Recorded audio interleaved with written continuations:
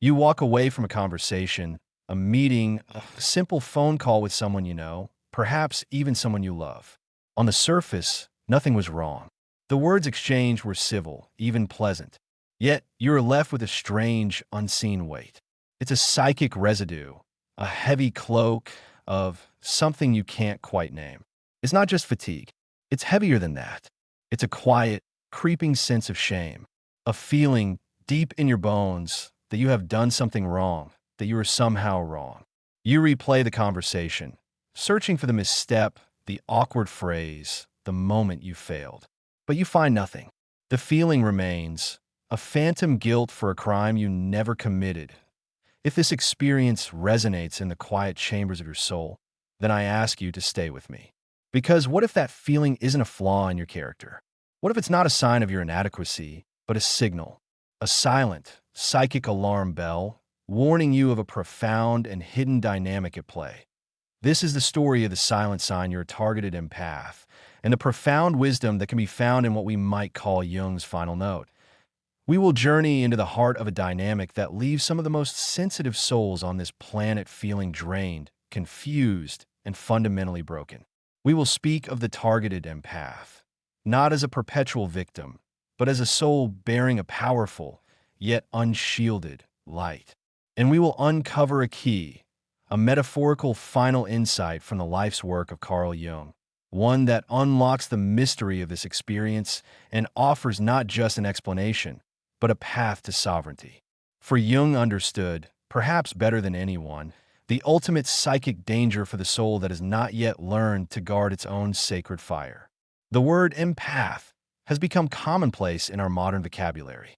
It's often used to describe anyone who is highly sensitive, compassionate, and emotionally attuned to others. While this is true, from a perspective of depth psychology, the reality is far more profound and far more perilous. To understand the targeted empath, we must first look beyond the surface-level definition.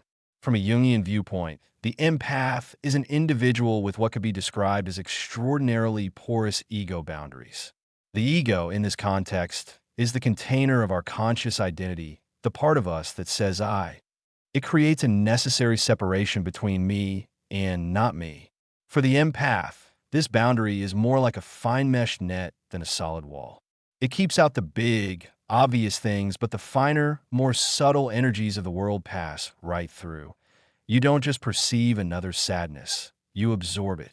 It enters your psychic system, and you experience it as your own.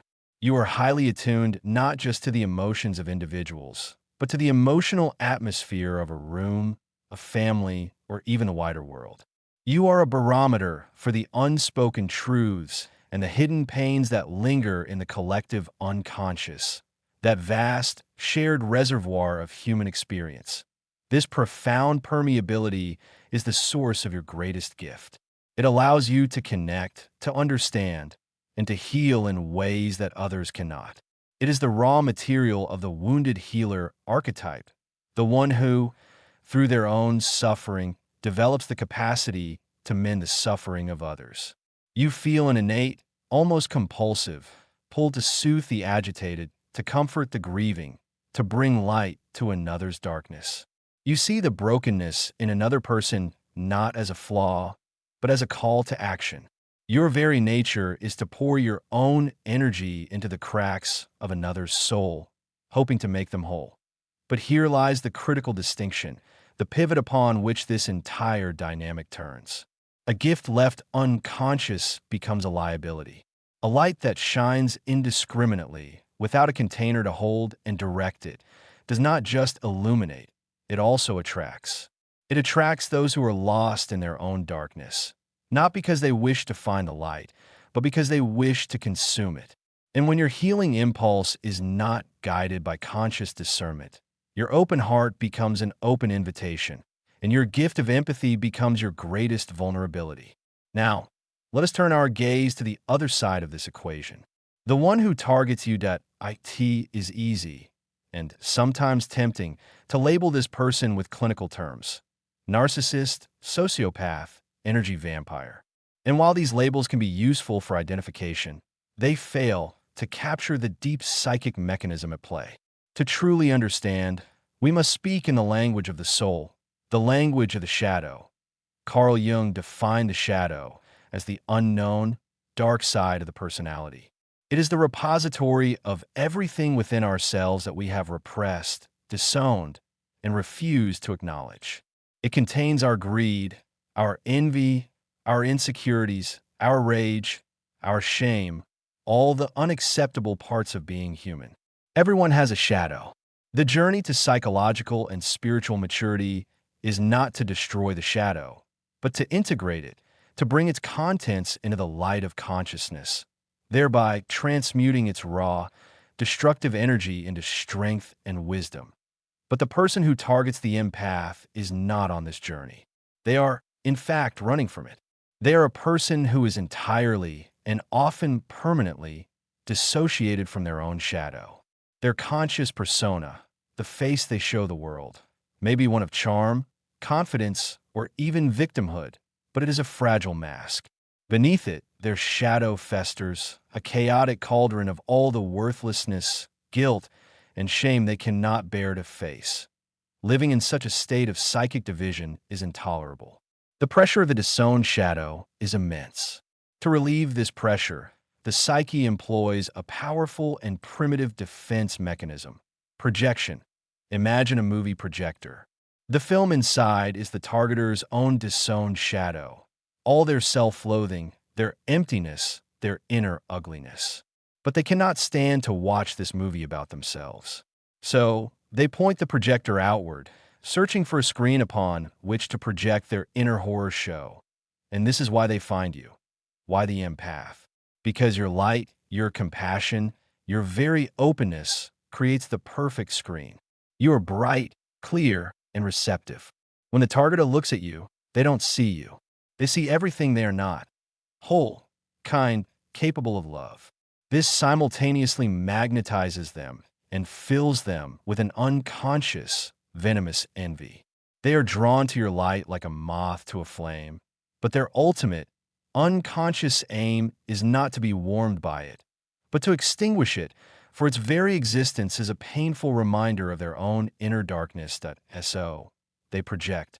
They unconsciously cast their own deep-seated feelings of inadequacy onto you. They subtly or overtly imply that you are the one who is flawed. They make you the vessel for their disowned shame, the scapegoat for their inner demons. This is the targeting. It is not always a conscious, malevolent plot. It is a desperate, unconscious act of psychic survival. They must export their inner poison, and your porous, undefended nature makes you the perfect, unsuspecting host. So how do you know? How do you distinguish this insidious psychic attack from the normal ups and downs of a difficult relationship? The obvious signs are there, of course. The chronic fatigue that settles in your bones after being around them. The brain fog. The slow erosion of your self-esteem. The persistent anxiety that seems to have no source. You may notice that your own life begins to shrink, your dreams dimming, while there seems to expand, fueled by an unseen source of energy. Yours, but these are all symptoms. They're the smoke rising from a fire that has been burning for a long time. They're the aftermath, the collateral damage. The true sign, the primary signal, is far more subtle. It is silent, internal, and it is almost always mistaken for your own voice. This brings us to the core of our discovery. The silent sign that you are a targeted empath, the one that whispers directly from the soul's battleground, is an invasive, baseless sense of existential guilt. Let me be precise. This is not the healthy guilt you feel when you have genuinely made a mistake and need to make amends. This is a sticky, pervasive, and irrational feeling that you are the problem. It is the deep, sinking certainty that you are fundamentally flawed, difficult, too sensitive, not good enough, or that you are failing the relationship in some profound way. And this feeling arises or intensifies dramatically, specifically and most acutely in relation to this one person. You will find yourself constantly apologizing for things that are not your fault. You will feel an overwhelming sense of responsibility for their moods, their happiness, their failures. After interaction, you will be consumed by a feeling of wrongness, a sense that you have messed up even when logic tells you otherwise.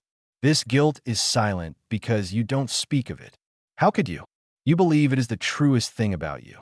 You believe it is the voice of your own conscience, revealing your deepest flaws. And this is the revelation that can change everything. It is not your guilt. This is where we unlock the meaning of Jung's final note. That feeling is not your own. It is the direct, undigested absorption of the targeter's projected shadow. You are experiencing psychic indigestion from having been force-fed their disowned poison. You're feeling their guilt for their own inauthenticity. You're carrying their shame for their own emptiness. You are shouldering their sense of failure. Think of your psyche as a pristine mountain lake, clear and deep. The targeter arrives at the shore, carrying buckets filled with toxic, black sludge, their unknown shadow. They quietly, systematically pour this sludge into your waters. They do it so subtly, you don't even notice. You don't see the act of pollution. All you know is that your own waters are becoming murky, toxic, and unlivable. The lake doesn't know it is being poisoned from an external source. It just begins to believe that it is, by its very nature, a toxic swamp. The targeter walks away feeling lighter, cleansed, justified. They have successfully externalized their inner darkness. And you are left with the weight, believing it was yours all along. This is the silent sign. It is the single most reliable indicator that you are not in a relationship with a whole person, but are serving as an unconscious dumping ground for the fragmented pieces of another soul. Recognizing this sign is a moment of profound, world-altering clarity. But it is only the first step. To simply know you are being targeted is to remain in a state of victimhood. The true wisdom of what we are calling Jung's final note is not a warning, but a map. It is a map that leads from being a target to becoming sovereign. It is the path of individuation. Individuation was, for Jung, the ultimate purpose of human life. The process of becoming a psychologically whole, integrated, and distinct individual. For the empath, this journey is not optional. It is essential for survival. It involves 3 crucial stages. Step 1, recognition and reclaiming the projection.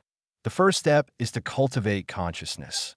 It is the practice of becoming a mindful observer of your own inner state. When that familiar, heavy feeling of baseless guilt descends upon you, you must stop.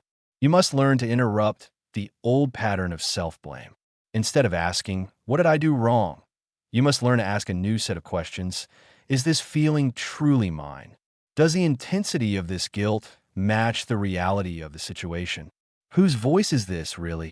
Am I feeling someone else's unowned darkness? In the beginning, this feels alien. But with practice, you will begin to discern the difference between your authentic feelings and the psychic debris you have absorbed from another. You learn to see the projection for what it is. You mentally hand it back. You say to yourself, "This is not my weight to carry. This guilt does not belong to me." This act of conscious recognition is the first step in building a psychic immune system. You are no longer unconsciously swallowing the poison. Step 2, integrating the empath's own shadow. This is the most critical and courageous step on the path. It is the heart of Jungian work. The reason the empath is so susceptible to absorbing the shadow of others is because they have not yet befriended their own. You have spent a lifetime identifying with your light, your compassion, your kindness, your selflessness.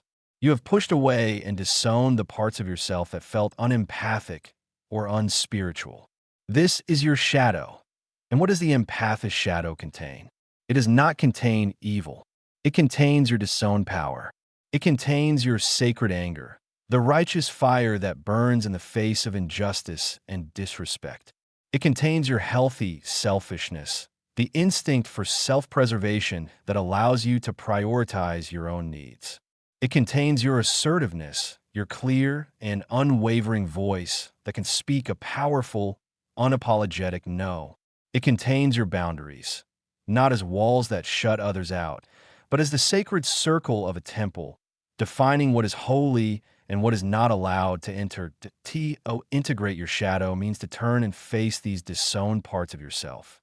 It means giving yourself permission to be angry, permission to be difficult, permission to disappoint others in the service of honoring yourself. It is the terrifying, liberating work of realizing that your wholeness requires both the sun and the moon, the light and the dark. Be why embracing your own darkness, you forge a psychic shield. It is not a shield of coldness or cruelty. It is a shield of self-knowledge and self-respect. You are no longer a wide-open, undefined vessel. You become a container for your own light, strong enough to hold your own fire and resilient enough to repel what is not yours. Step 3. The birth of the integrated empath. When you reclaim projections and integrate your own shadow, you begin the final stage of the journey, individuation. You do not cease to be an empath. You do not kill your beautiful gift of sensitivity. You master it. You become an integrated empath. The integrated empath still feels deeply, but is no longer drowned by the feelings of others.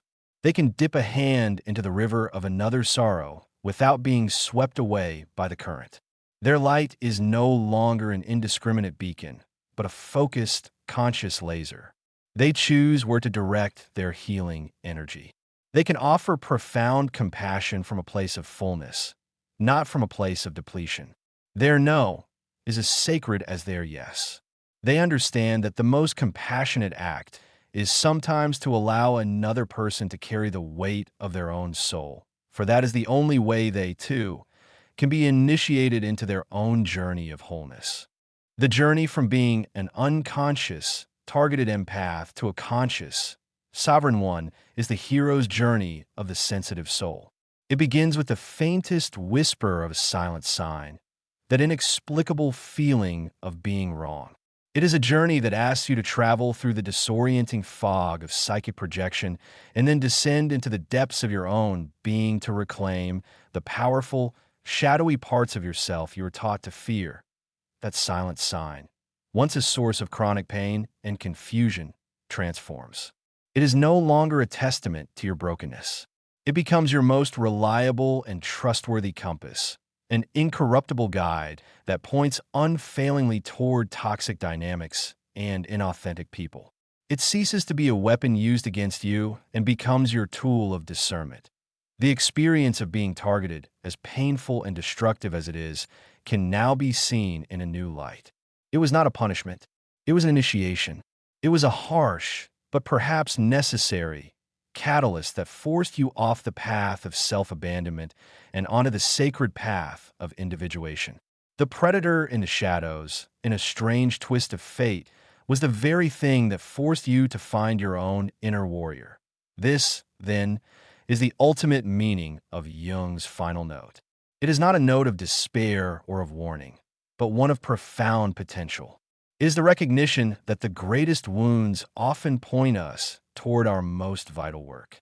The quest to become whole, to integrate our light and our darkness, is the most difficult and most rewarding journey a human being can undertake. You are not broken. You're not too sensitive. You're not wrong. You are a soul with a magnificent gift, being called to forge a container strong enough to hold it. And by doing so, you cease to be a target, and you finally become what you were always meant to be: sovereign.